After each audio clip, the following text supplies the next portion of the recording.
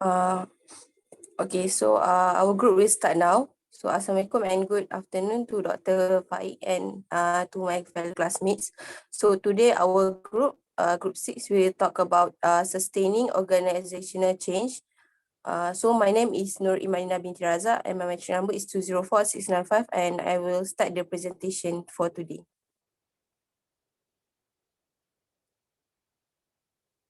Next. Okay.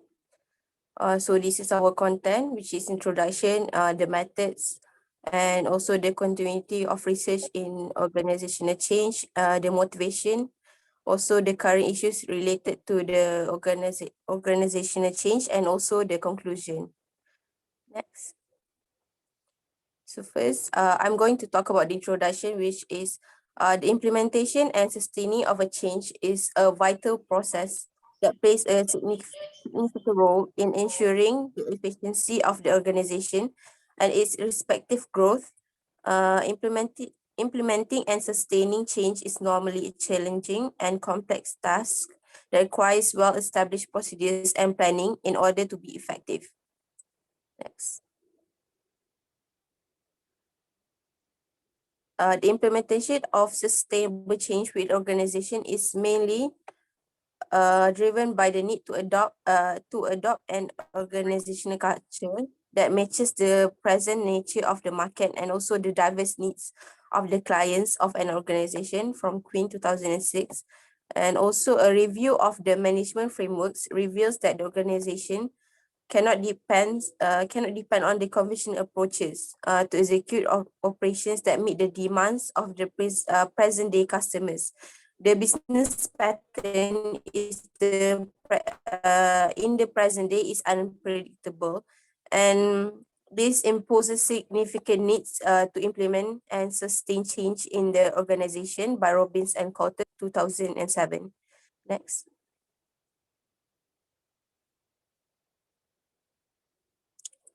So the resistance to change, how we can change. So in order to address the challenges and complexities of implementing and sustaining change, there is a need to adopt effective change strategies. Implementing and sustaining change is possible, provided the appropriate methodology is put in place to address the challenges of change management. And leadership change is one of the most effective strategies that can be used to facilitate change introduction. So leadership change involves the establishment of an organizational culture that is receptive towards change. It is vital to take into account the significance of the organizational culture in enhancing the performance of the organization by William 2003. Next. So therefore, the strategy for implementing and sustaining change should put more emphasis in the establishment of a strong organizational culture, which is helpful in facilitating the execution of the business operations and management of business functions by Queen 2006. It is very important that the organizational change approach should not augment the realization of existing value, but also embark on future growth. And also this is attainable using effectual change management and program plan. When implementing and sustaining change, it is important to take into account the aspect of organizational design in order to enhance the streamlining of the organizational processes with its respective structure by Haynes and Elaine. The involvement of the stakeholders is also a significant requirement for effective change methodology. So stakeholder involvement is attainable using effective communication channels with the major organizational stakeholders with the principal objective of enhancing their commitment towards the implementation of sustaining change. Also Robbins and Coulter 2007. So culture transformation is also vital in making change a success. This is because it translates to increased levels of employee productivity, which makes significant contributions to the success of the organization. Robbins and Coulter 2007. So next, I will pass to my friend. Thank you.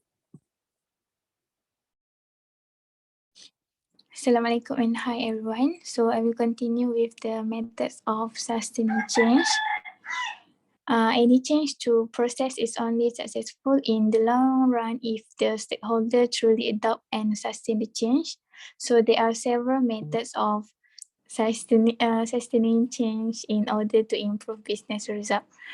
So the first one is redesign roles, redesign reward system, encourage voluntary acts of initiative, measure progress, celebrate enroll, and fine-tune. Next.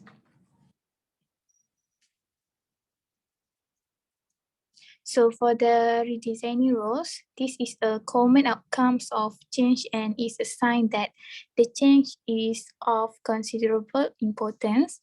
Role change may be a critical element of the process of change, not just a product of change. Fundamentally, fluid change theory that posits change should focus on changing people's attitude and beliefs by introducing new perspective. Instead, behavior and attitude are most influenced by the context of roles, relationships, and responsibilities in which people find themselves. So the next one is redesigning reward system. Reward system form part of the culture and changing this a way to directly influence the core values of the organization. The reward should include public recognition of those whose behavior are consistent with the desired change. They reinforce the behavior of the individual concerned and send strong signals to. Next.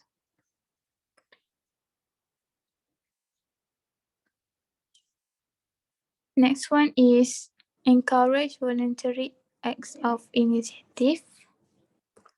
New practices that support the change should be encouraged as the norm at all levels of the organization.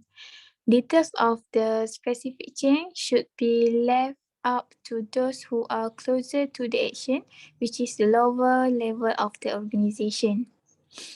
Change was more likely to be embedded if those at the operational level were supported when they took action to develop the specific form of the general initiative that they believe appropriate for their local circumstance.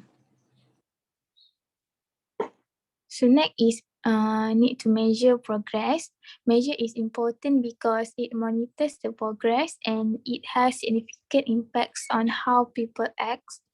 Measures are used as a means to quantify the progress of change and to provide achievable goals.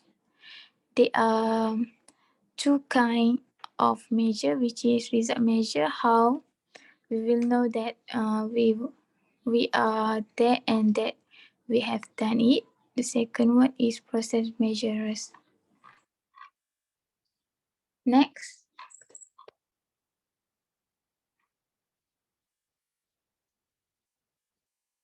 Next one is celebrate enroll.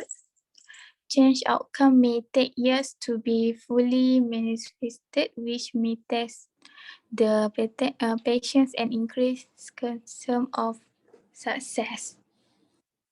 It is good to if some tangible benefit can be identified relatively early in the program.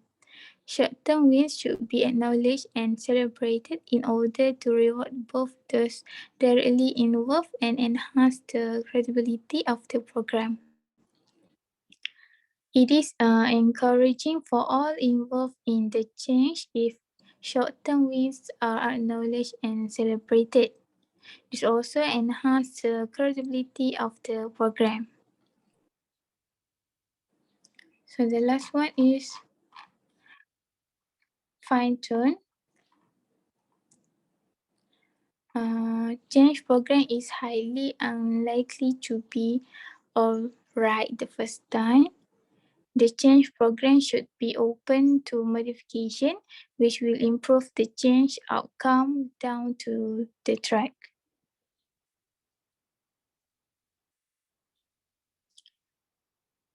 There are two reasons for this. Manager acts on the basis of decision that they consider substantially correct rather than waiting in the hope that a completely correct course of action will be revealed after a certain period of time.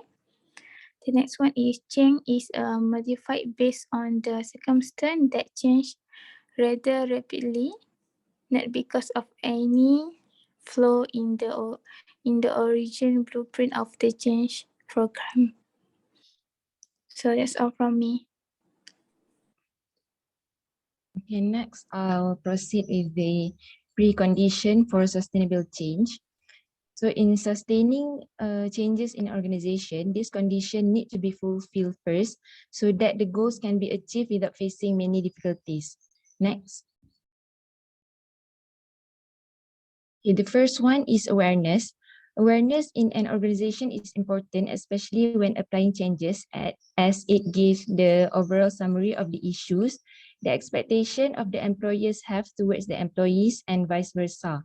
So for an organization to apply changes, they need to first ensure that all the employees in the organization are fully aware of the changes. Organization also needs to be aware of the employees' desire and intention. It may be hard for the employees to give their contribution to sustaining change if the organization itself does not pay attention to the desire of the employees. So one of the ways to empower the employees in contributing and act accordingly in producing the best impact is by ensuring that all of them are fully aware of what the organization plans to change. So as the employees start of the best changes to be applied, always keep in mind that whether the employees can cope with it or not. So next. Second one is motivation. Motivation is needed as a pillar toward the issues faced by organization, including when facing the changes. So when the employees understanding and awareness, the purpose and the plan about the changes are fully established by the employers, what comes next is to ensure that the employers are motivated or have the desire to act according to the plan change. So if they did not have the motivation to contribute and participate in the plan change, then the awareness spread among the employees does not mean anything, and it will eventually provide nothing to the organization and the employees themselves. So the organization plays an important role in providing support so that the employees would feel motivated before, during, and after the changes being applied. Next. The third one is abilities. So in applying the changes that had been planned and for sustaining the change, the organization must ensure that the abilities of the employees match with the changes that are going to be applied. Also, employers usually expect the employees to be able to do the task given to them. So if there are no essential skills and abilities that the employees could provide in sustaining or in implementing and sustaining the changes, then the whole plan would be a failure, as there is only the existence of the desire to strive for changes and transformation, but no capability in achieving it. So the employers also need to analyze the requirement they need to prepare for the employees. If the employees did not have the expected abilities in sustaining the organizational change. So the most important thing that employers need to analyze is if the employees have the desire to contribute and work together, because most of the time, the employers will misunderstand the lack of desire of the employees as the lack of abilities. Next. The fourth one is opportunities. So in sustaining changes, the organizations tend to overlook the opportunities they need to provide to the employees. So employees need opportunities for them to involve with the changes so that they could provide their ideas and opinions, as well as participate and cooperate well with the changes. So the employers need to take this into consideration and ensure that the employees could have the opportunity to involve and move forward, and at the same time, they could enhance themselves better. So the employers need to make sure that the employees' initiative are welcome and they they need to provide the appropriate influence toward the changes and trustworthy support that could motivate them throughout the process. Next. And the last one is feedback. So every implementation of changes need feedback so that the progress and result could be monitored, and the outcome can be categorized as a success or not. So the employers need to provide feedback on the changes that occurred.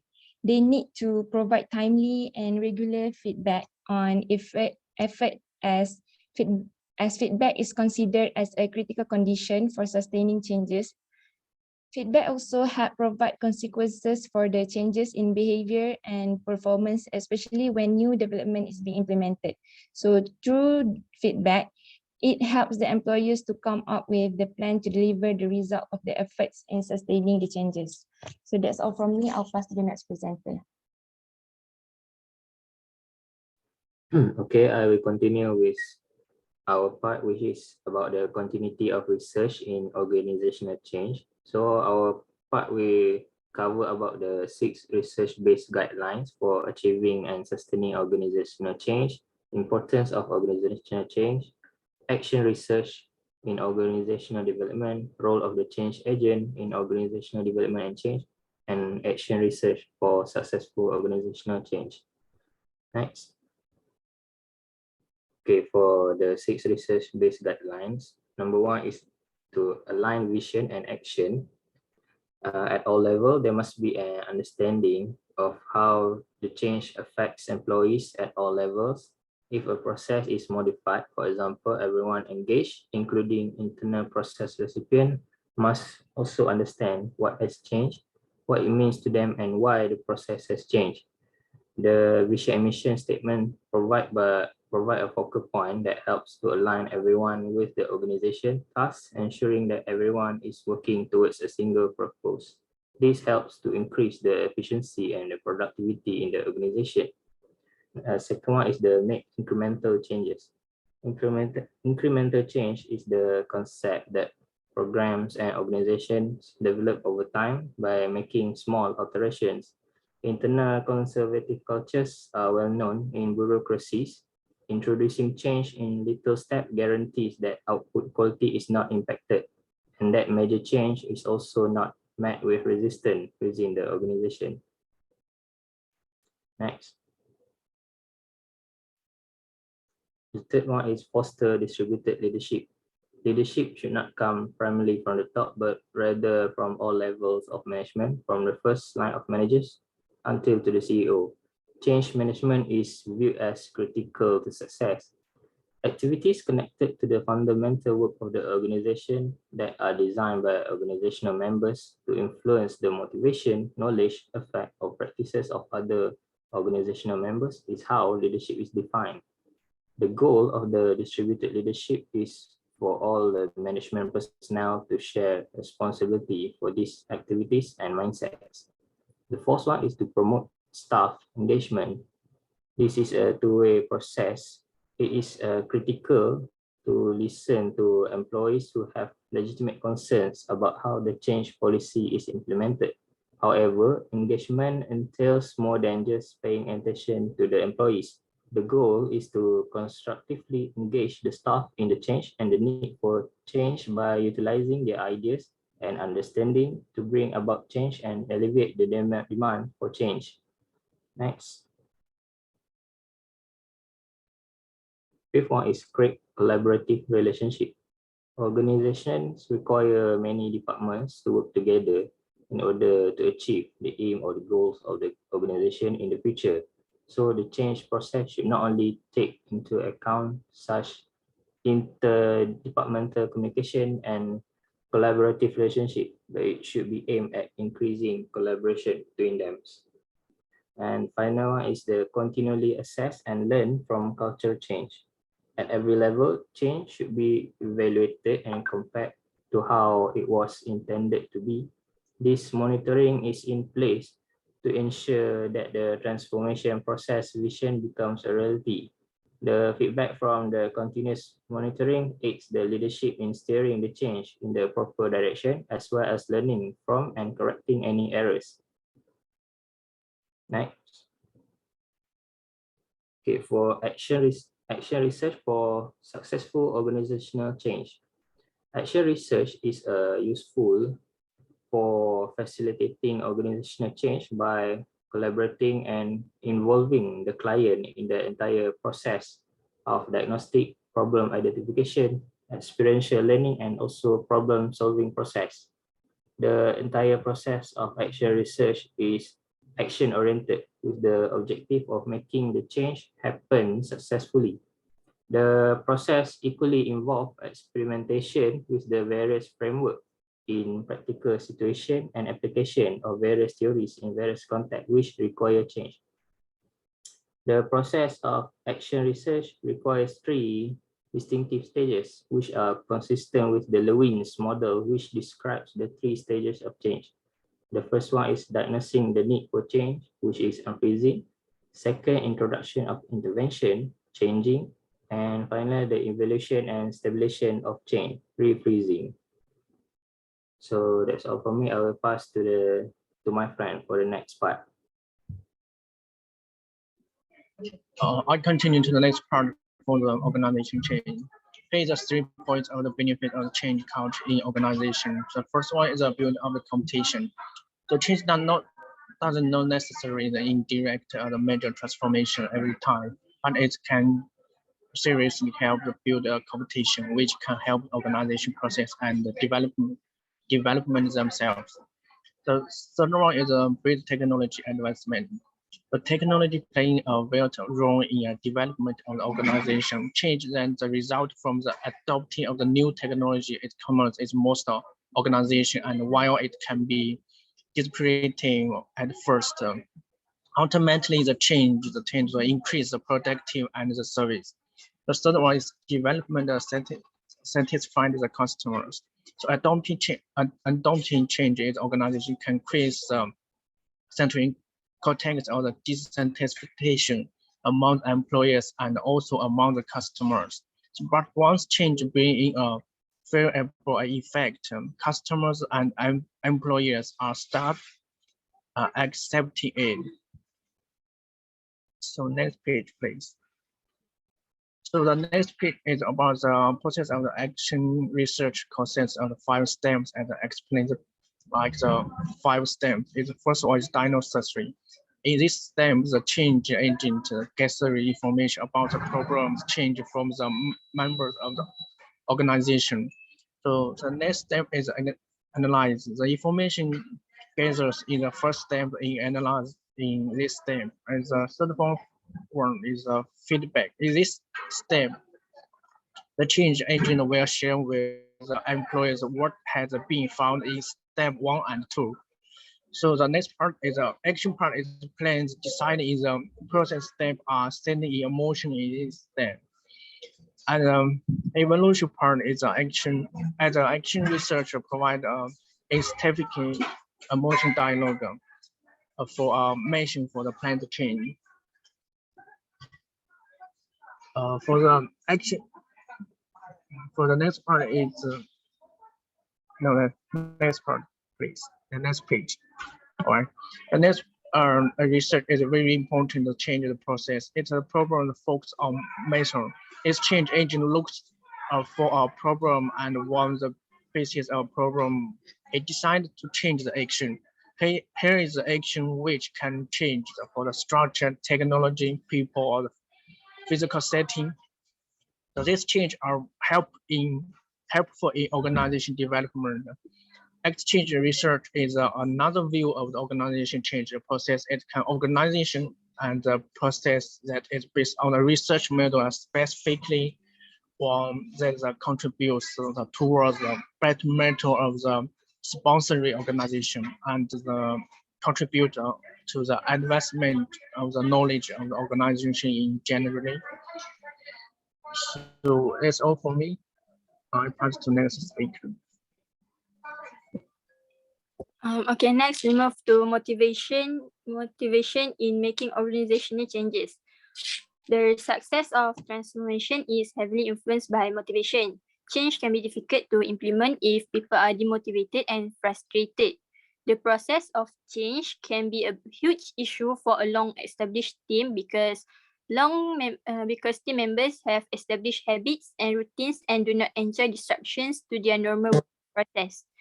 In today's fast-paced environment, a business must make adjustments from time to time to improve performance, capture opportunities, or handle critical challenges. Because of the required changes in procedure, job roles, organizational structures, and types and uses of technology. This changing process has a significant impact on the entire firm or a single department. Next slide. Okay, what is the importance of motivation in making organizational changes? First, help individuals picture themselves in the new situation and understand how it affects them in a positive way. It is easier to establish and stick to a vision for change. Second, rather than waiting to be sent to training that they don't actively participate, motivated individuals will seek to develop and polish their own change management abilities. Third, rather than holding on to resources to safeguard their own interests, they will openly provide resources for change management. And lastly, create and execute change management strategies with ease, since everyone is on the same page and dedicated to completing their tasks and meeting deadlines. Next slide. How to motivate employees? First, facilitate employees' learning, which is providing additional training to educate staff with organizational changes is not enough to motivate and educate personnel. In addition, focusing on employee development in terms of emotional maturity, integrity, and compassion. Employees are more invested in the company's transformation process, are more motivated, and internalize new operating procedures. This makes the move easier and enhances company's overall productivities. Second, align employees' goals. Through an organizational adjustment, aligning your company's business goals with your employees' personal aspiration can help you enhance workforce in motivation. Third, keep communication open. Transparency helps a lot in increasing employee concerns about a company change and allowing employees to stay engaged in new projects. For example, organizing discussion session with employees can also exist, spread knowledge, and put a stop to office gossip before it has a negative impact on morale. Next, we move to theories of motivation there are three types of theories of motivation, which is the first one, Maslow's hierarchy of needs. Second, Herzberg's two-factor theory, and third, equity theory. So I will explain about Maslow hierarchy needs. Maslow hierarchy of needs is a motivational theory in psychology comprising a 5-tier model of human needs, often depicted as hierarchy levels within a pyramid. From the bottom of the hierarchy upwards, the needs are psychological, foods and clothing, safety, job security, love and belonging needs, friendships, esteem, and self-actualization. Needs lower down in the hierarchy must be satisfied before individuals can attend to needs higher up. Next slide. This is the Maslow hierarchy of needs. Next slide. Okay. The first one in Maslow hierarchy needs is psychological needs, which is biological requirement for human survival. For example, air, food, drink, shelter, clothing, warmth, and the others. Second, safety needs. These needs can be fulfilled by the family and society. For example, police, schools, business, and medical care. Third one is love and belongingness needs, which is social and involved feeling of belongingness. Fourth, esteem needs, self-worth, accomplishments, and respect. And the last one is self-actualization need, realization of a person's potential, self-fulfillment, seeking personal growth, and peak experiences. Okay, the next two theories will be explained by my friend. Okay, I will explain about the Herzberg two-factor theory. The psychology Frederick Herzberg asked a question from employee in the year 1950 and 60 for understanding employee satisfaction. The result of its finding revealed that there are some factors of the job which are firstly connected to job satisfaction, while dissimilar factors are linked with the job dissatisfaction. To apply Hesbert theory, manager need to take up a two-stage process to motivate people with this eliminate the dissatisfaction the employee are experienced and need to help employee to find satisfaction. Next. This factor are motivator, which can encourage employee to work harder. Second is hygiene factor. This won't encourage employee to work harder, but it will cause them to become unmotivated if they are not present. The impact of motivating and hygiene factor is summarized in the following diagram. Note that you will often see motivator referred to as a factor for satisfaction and hygiene factor referred to as factor for dissatisfaction. Right? So this diagram show the for hygiene factor decrease employee job satisfaction, but motivating factor increase employee job satisfaction. So for the motivator, there are 6 elements, which is achievement. A job must give an employee a sense of achievement. This will provide a proud feeling of having done something difficult but worthwhile. Next is recognition. A job must provide employees with parasite and recognition of their success. This recognition should come from both their supervisor and their peer. Next is the work itself. The job itself must be interesting, varied, and provide enough of the challenge to keep employees motivated. Responsibility. Employees should own their work. They should hold themselves responsible for this competition and not feeling as to their being micromanager. Investment, promotion, opportunity should exist for the employee. And lastly, growth. The job should give employees the opportunity to learn new skills. This can happen either on the job or through more formal training. Next. Hygiene factor. There are 6 element 2, which is a company policy. This should be fair and clear to every employees. They must also be equivalent and those of competitive. Supervision must be fair and appropriate. The employee should be given as much autonomy and as is reasonable. And next is a relationship. There should be no tolerance of for bully or uh, a health apnea and appropriate relationship should exist between peer, superior, and subordinate. Next is the work condition. Equipment and the working environment should be safe, fit for purpose and hygiene. Salary. The pay structure should be fair and responsible. It should also be competitive with other organizations in the same industry. Lastly is the status. The organization should maintain the status of all employees with the organization. Performing meaningful work can provide a sense of status. Next, high hygiene and high motivation. This is a ideal situation and the one which every manager should strive for. Here, all employees are motivated and have very few grievances.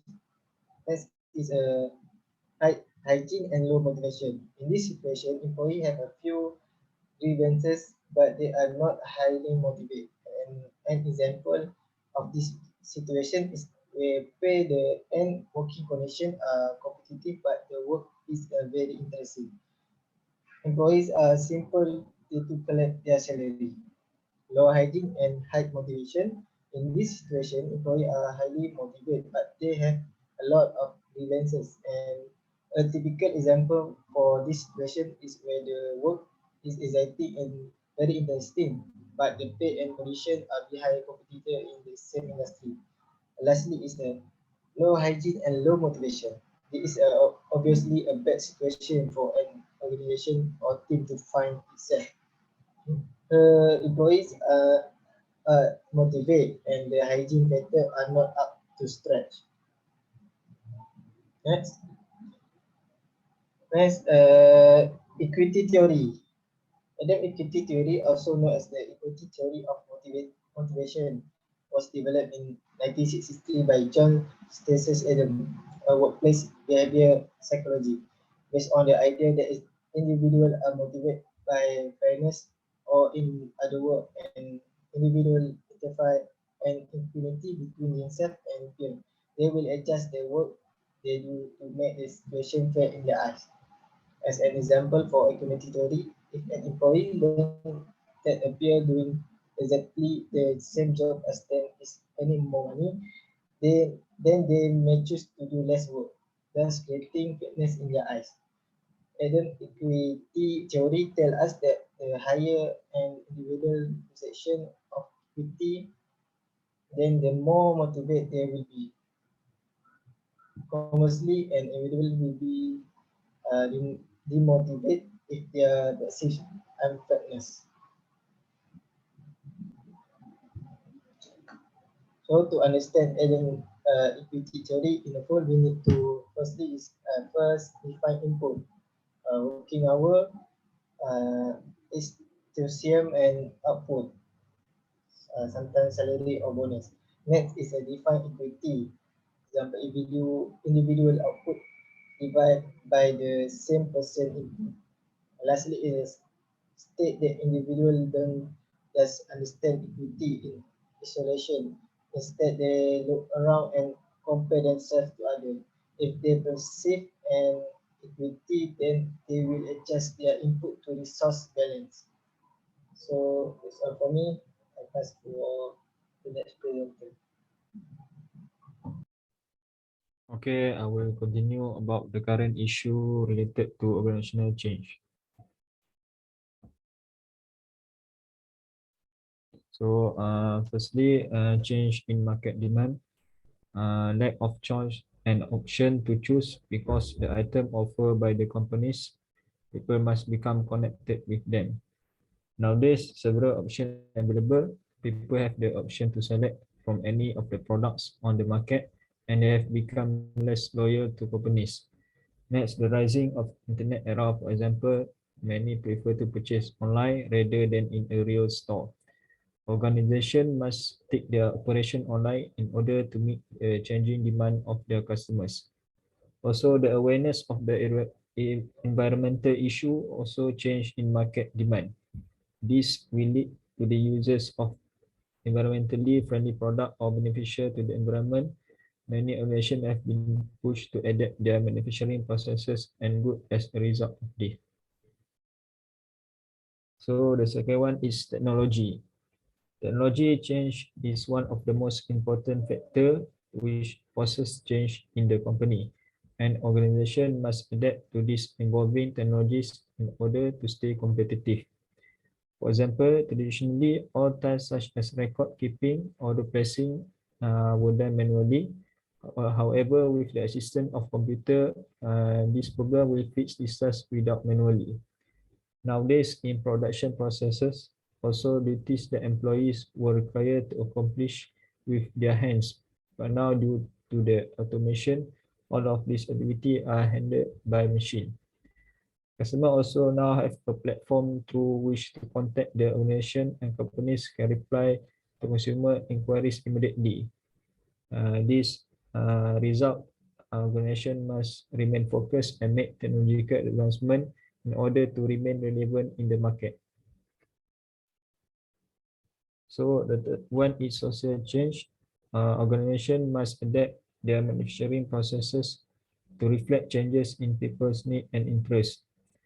People demands differ depending on their social context and position, such as level of education, global culture, and development impact societal changes. The needs of people living in cities will differ from those of individual living in rural areas. So fourth one is cost cutting.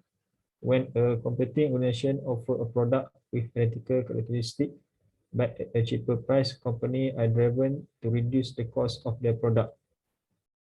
Customer usually purchasing decisions are influenced by the price. So the organization must make a huge step to attract customer with the offer price that will lead to success in their industry.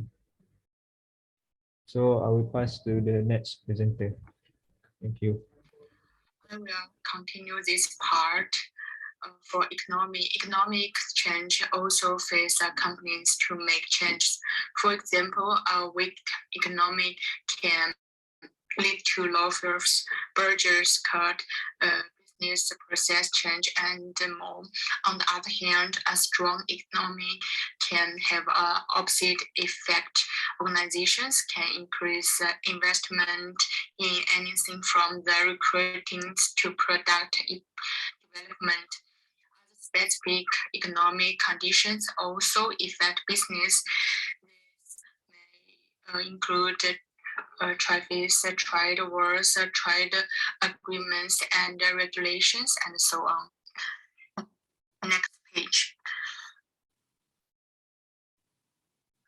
International conflict, shortage or suburbs of goods, farmers or crops suburbs, as well as all the other organizational reasons mentioned here. So these factors can be beneficial or negative.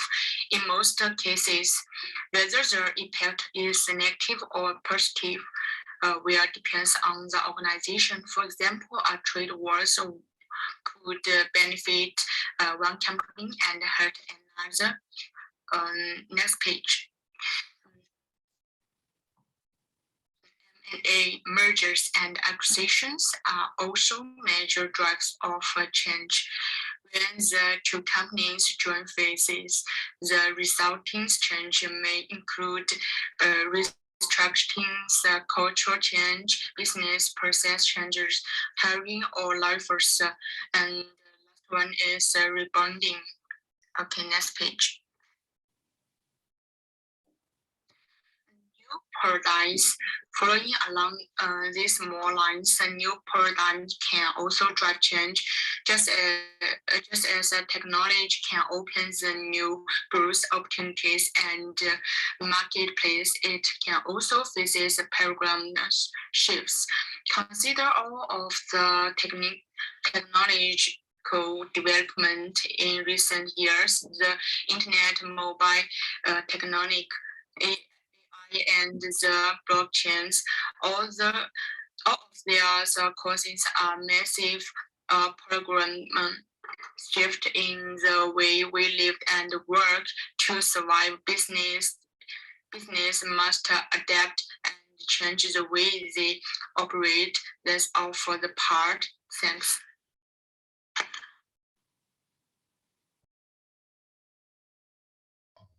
Okay, I will continue with the last part, which is the conclusion. So the organization have been instrumental in driving the sustainability. So during the last decade, there has been an increase on organization change management for sustainability, where many efforts have been aimed at incorporating sustainability in organization. However, integrating, and institutionalizing sustainability in organization is still under research.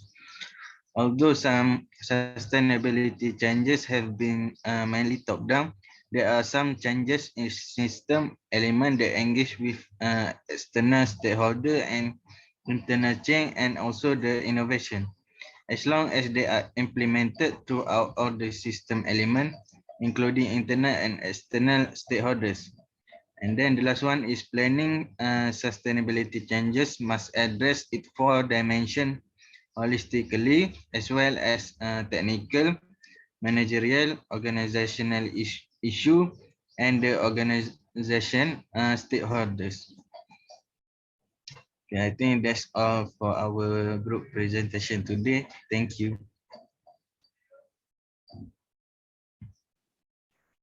All right. Thank you so much, group member, for the presentation regarding sustaining organizational change. So, do you guys have any question?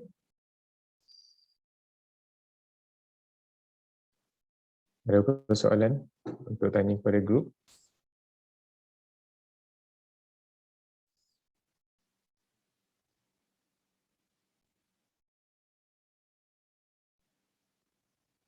Tak ada, eh?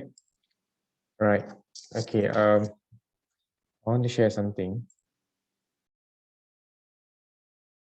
Okay. I would say when we talk about organizational sustainability and organizational development, organizational change, the most important thing is how we can ensure that human behavior can be changed. As we all know, it's not that easy for us to change human behavior overnight. So because of that, employee need to go for training, and sometimes they need to go for assessment and so many other things to ensure that they learn new things. They can try to practice the new things and not just practice it, but try to keep doing it until they really become an expert in the area.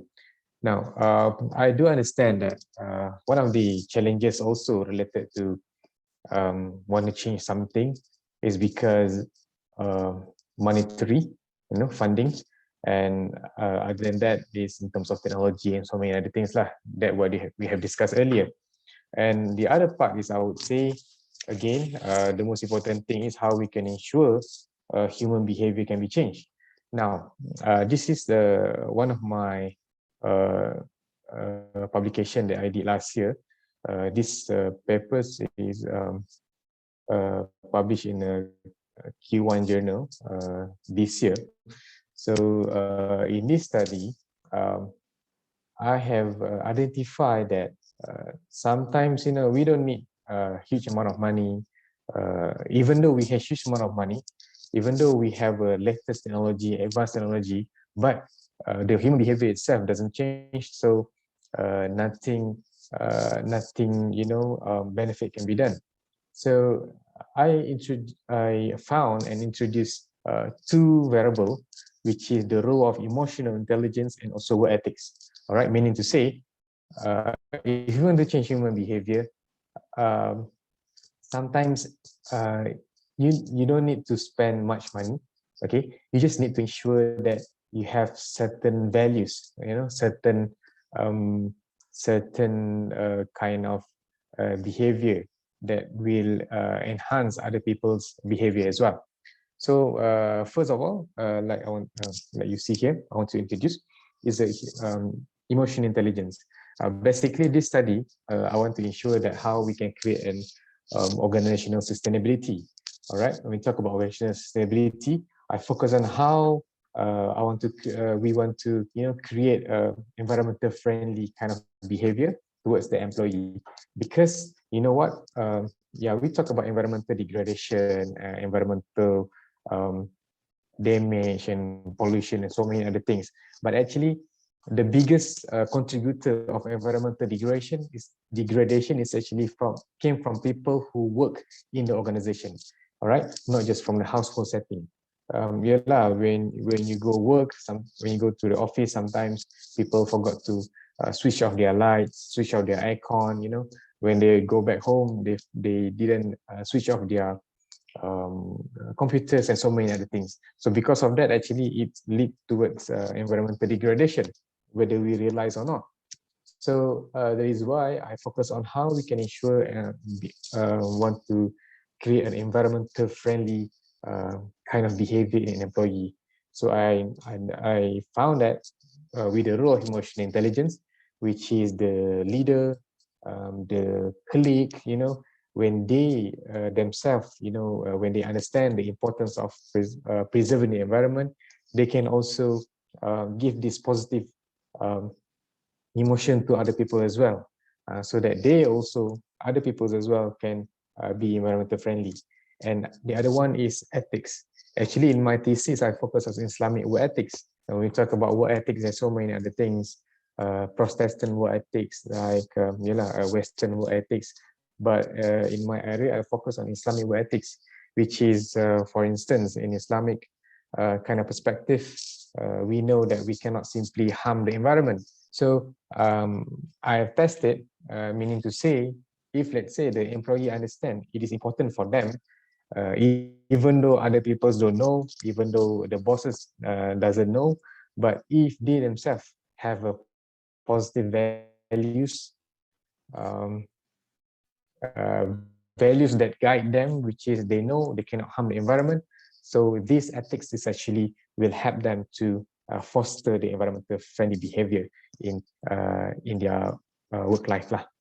Right. So what I'm trying to say is, I did a study shows that we can use these two variables in order for you to improve employee behavior, not just sometimes when you want to do something, people concerned, we don't have a lot of money, we don't have a lot of fund to do improvement, and we don't have the right technology, But I would say that based on my research, I found that even we have an advanced technology, but still people don't know how to use it. People don't know how to make benefit of it. So nothing beneficial will happen. All right. So just to share with you, it is available if you want to read it. Okay. Do you have any question or opinion that you want to share?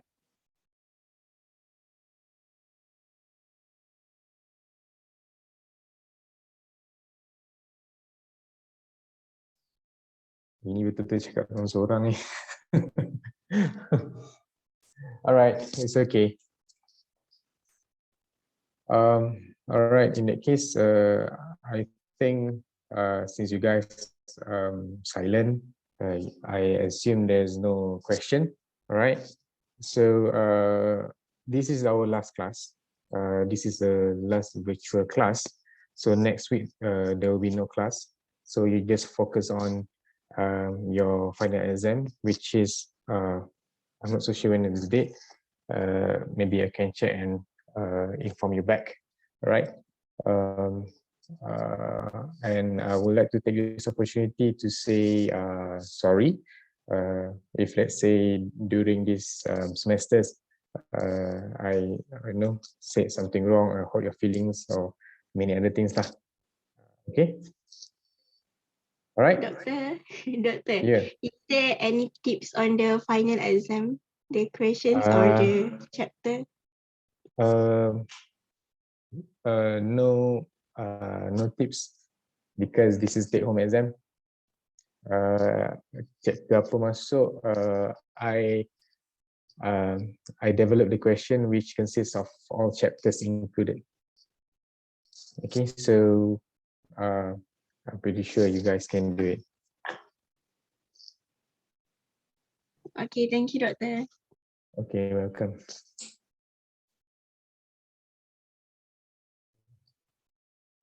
All right, so I think that's all for today. Thank you so much, guys. All the best in your final exam and all the best in your bachelor journey.